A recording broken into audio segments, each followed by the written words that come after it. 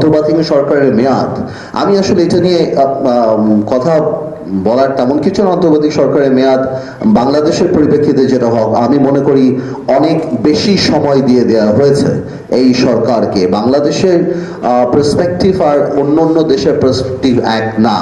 এই সরকারটা বেশি হওয়াতে প্রথম 2 মাস 2.5 মাস ইউনূস সরকারের যে অবস্থান ছিল, আজকে যে কেউ বলতে পারবে ইউনূস সরকার অবস্থান তা না।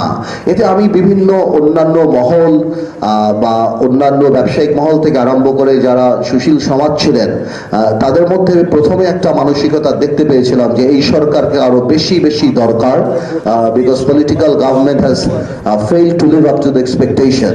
এখন মানে আনফরচুনেটলি ওনারা সেই সময় বুঝতে পারেননি যে আপনি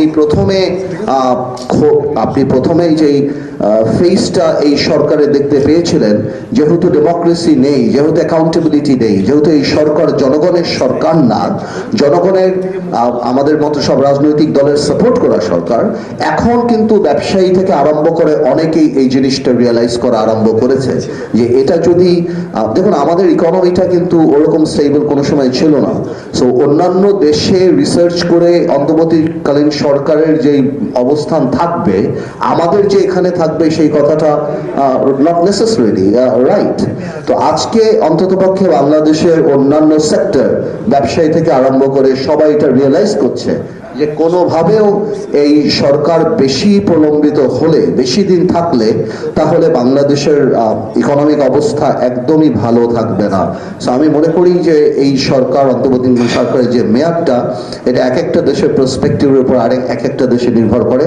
বাংলাদেশের পার্সপেক্টিভে আমি মনে করি আরো অনেক আগেই জনগণের সরকার করে ফেলা উচিত ছিল বা সেই পথে যাওয়া উচিত ছিল। আর এটাই বাস্তব যে বাংলাদেশে এখন আমরা একটা নির্বাচন চাই, এবং অনেকেরই ভয় লাগতে পারে, অনেকেরই চিন্তা করতে পারে যে নির্বাচনে যারা ক্ষমতা আসবে, বিশেষ করে আমি খোলাখুলি বলি, বিএনপির কথা যদি কেউ বলে যে বিএনপি কিভাবে আসবে, গত 9 মাসে বিএনপির উপরের দিকে বা বিএনপির যারা সুপ্রিমো, তাদের অ্যাটিটিউড, তাদের পলিটিক্যাল স্টেপ দেখলে সবাই দেখতে পাচ্ছেন যে তারা ইনক্লুসিভিটি বিশ্বাস করে।